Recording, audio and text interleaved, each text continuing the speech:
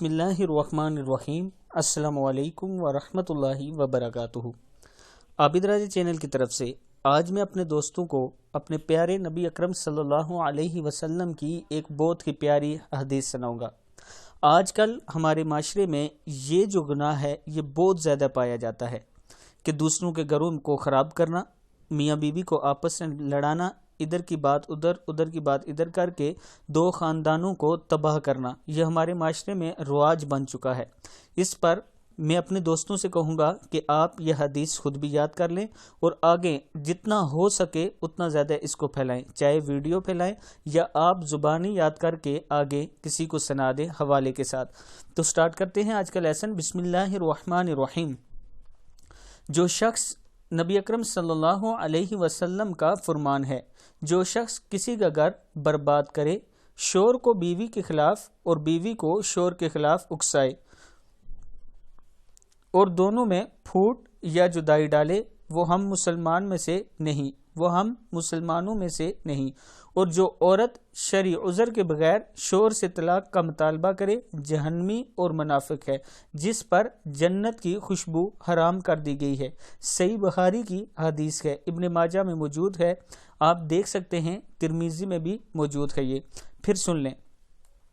नबी अकरम सल्लल्लाहु अलैहि वसल्लम का फरमान है, जो शख्स किसी का घर बर्बाद करे, शोहर को बीवी के खिलाफ और बीवी को शोहर के खिलाफ उकसाए और दोनों में फूट या जुदाई डाले, वो हम मुसलमानों में से नहीं। और जो औरत शरई उज़र के बगैर शोहर से तलाक का मुतालबा करे, जहन्नमी और मुनाफिक है, जिस पर जन्नत की खुशबू हराम कर दी गई है। सही बुखारी, तिरमिज़ी, इब्न माजा में मौजूद है यह हदीस। अब मैं अपने दोस्तों से रिक्वेस्ट करूंगा कि हदीस खुद भी याद कर लें और आगे अपने दोस्तों के साथ इसको ज़रूर शेयर करें। उसके साथ साथ मैं आप दोस्तों से हाथ जोड़कर रिक्वेस्ट करता हूं कि कम से कम इस बुराई को अपने अंदर से, अपने माशरे में से ख़त्म करें। कोई आपके सामने ये बुराई कर रहा हो या किसी के खिलाफ मंसूबा बना रहा हो तो आप फ़ौरन उसको ये हदीस सुनाएं और उसको कहें कि इस काम से बाज रहो, इसलिए कि अगर आप ये काम करोगे तो हम मुसलमानों में से आप नहीं होगे। और जो औरतें बिला वजह शोहरों के साथ लड़ के तलाक लेती हैं, उनके लिए भी, उन्हें भी ये हदीस सुना कर समझें कि दुनिया में आप इससे अलग हो जाएंगी बिला वजह तलाक लेकर, लेकिन आखिरत में आपका ठिकाना जहन्नमी है और आपको मुनाफिक कहा जाएगा। दुनिया में भी नबी अकरम सल्लल्लाहु अलैहि वसल्लम के फरमान के मुताबिक आप मुनाफिक होंगी।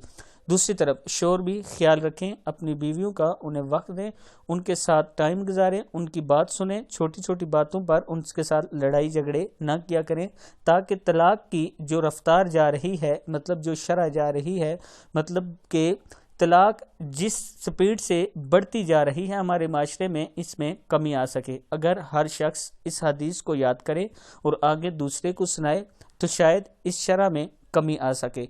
मैं अपने तमाम दोस्तों से गुजारिश करूंगा कि इस वीडियो को आपने आगे ज़रूर शेयर करना है। अस्सलामु अलैकुम वरहमतुल्लाहि वबरकातुहू।